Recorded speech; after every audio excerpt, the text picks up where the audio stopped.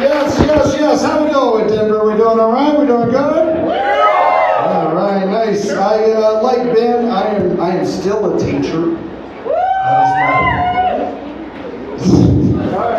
Not a lot of energy for us, huh? The only ones that clap. Who wooed back there? I know these four are teachers. Who wooed back there? Right there. Are you a teacher? Not anymore. We're the only ones that woo for us. Nobody else gives a fuck. Nurses had one bad year. One bad year, and everybody's like, let's sing songs out the window for the fucking nurses. My mom's been a nurse for 20 years. I got ice cream every time I went up there. That job's easy.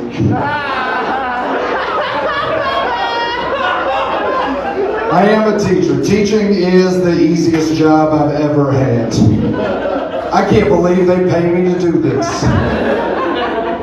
Do you understand how easy teaching is? The only people that tell you teaching is hard are good teachers.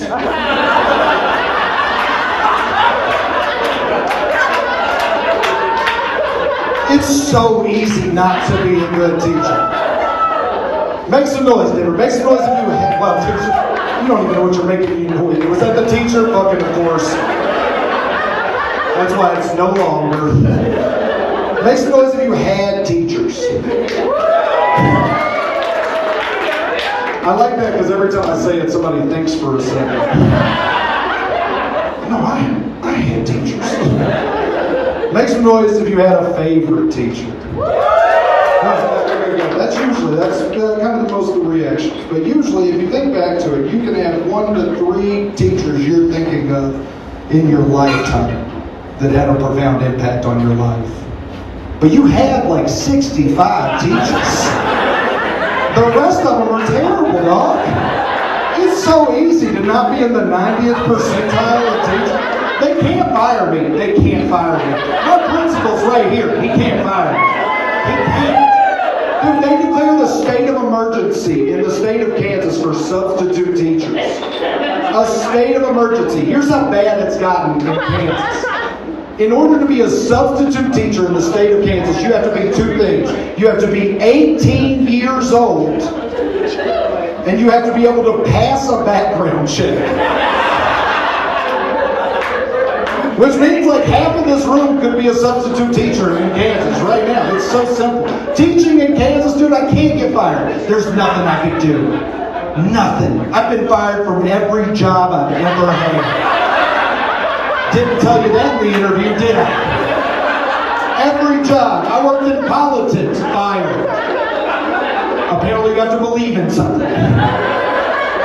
I got fired from Verizon. I got fired from Logan's Roadhouse. Do y'all know Logan's Roadhouse here? Yeah, Texas Roadhouse's little inbred cousin or anything.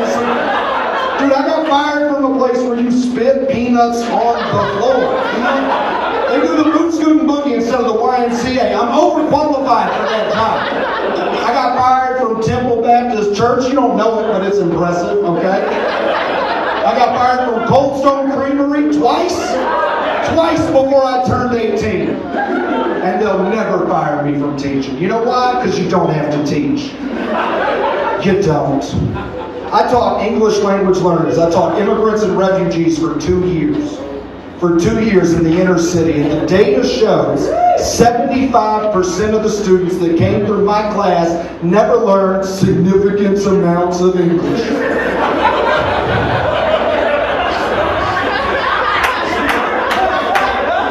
They ask me back every year.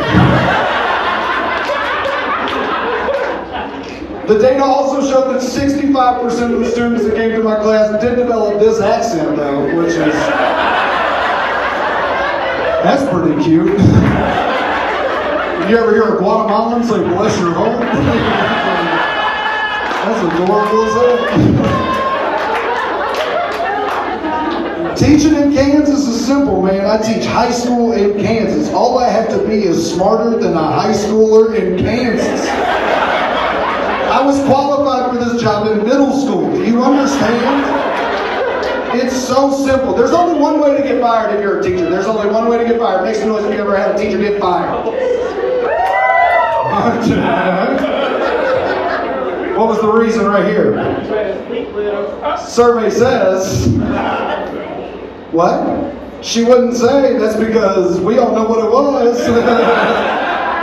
Nobody has to say. The only way you get fired from teaching is if you fuck a student. That's it. That's all I have to do to not get fired. Oh my God. My Tinder preferences are set to 24. You understand? To keep this job, all I have to do is not fuck somebody. I'm not fucking anybody right now. This is easy. Dude, even if you do fuck a student, sometimes they're just like, you can keep your pension.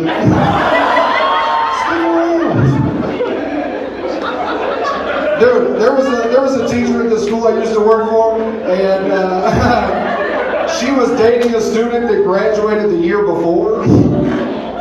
Y'all can do math. Y'all know how that works, right? And then she was upset. She was like, I don't know why anybody doesn't like me anymore. And it's like, bitch, you're a predator. You went to the same education classes I went to, didn't you? You are the red flag, you know?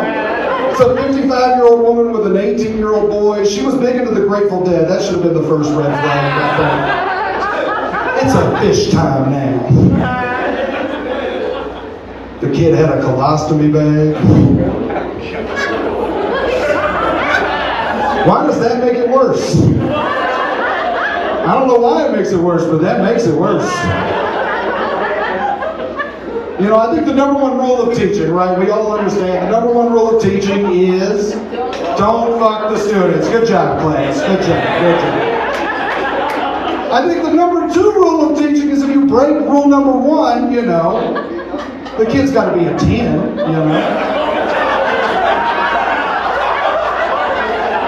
You know what I mean? The kid's got to be worth the risk. I think the number three rule is if you break rule one, rule two, the kid can't shit in a bag. You know, I get that this is ableist, I get that this is wrong. Denver's a very liberal crowd, I understand. But honestly, go fuck yourselves. What are they going to do? Fire me? They can't. They can't do it. They can't.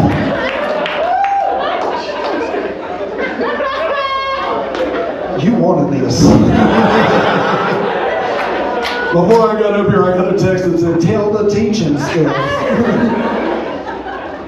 They don't even teach sex ed in Kansas. Do they do sex ed in Denver? No. One person said no. One person said, yeah, you got homeschooled. You went to Catholic school. In Kansas, they don't do sex ed at all, man.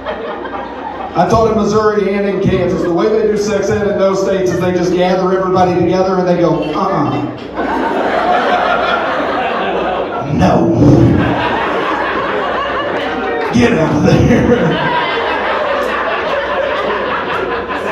In Louisiana, that's where I'm from. That's the only thing we were progressive on. We had booze and we had sex because the teen pregnancy rate was so crazy in the 90s. They were like, yo, these kids are fucking, okay? Somebody's got to learn them a thing or two, you know? So we did intensive. We did a week in 7th grade, a week in 8th grade, and a week in 10th grade. And the whole time, the whole vibe was like, hey, you're fucking, we're fucking, here's how we fucking. I remember Tuesday, which means we had made it through Monday, 7th grade. Amanda Stinson is 7 months pregnant. And she raises her hand and she goes, Miss Sellers. And Miss Sellers goes, yes, Amanda. And she goes, do I have to be here?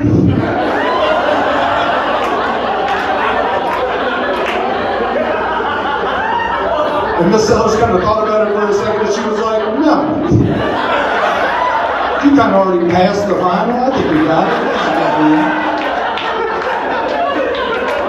We had question day. Ben was talking about question day. Did y'all have question day? Question day was cool. You could either raise your hand if you had courage. Nobody ever had courage.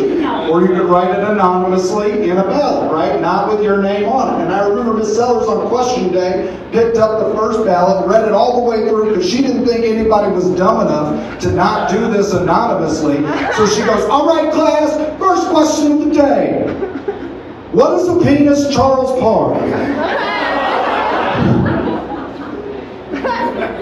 He signed it. To this day, that dude is an attorney. If he scrolls past my timeline, my first thought is, I didn't know what a dick was. had one the whole time, you know?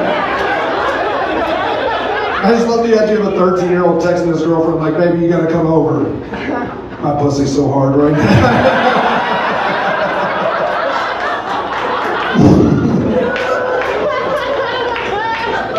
But I remember Derek Champion, real name of a real person that I've got to stop saying into a microphone because he was the only one that had courage. He was our star running back, bowed up. He's been doing push-ups since he came out of the womb. He's huge. And he raises his big ass hand and he was like, Miss Sellers. And she was like, yes, Derek. And he goes, all right.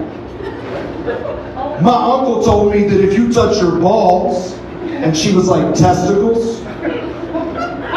And he was like, right. My uncle told me that if you touch your balls and your testicles,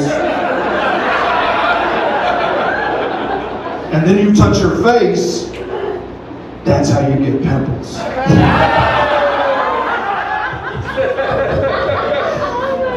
And a woman with a college degree had to answer that question.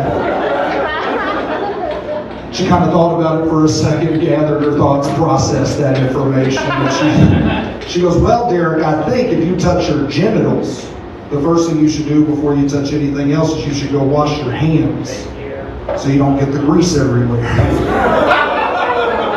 That's gross, but good advice, okay? Head of her time. And that was when I raised my hand and I was like, Miss Sellers. And she was like, yes, Steve. I was like, can I go wash my hands? I know you're not here. They know somebody.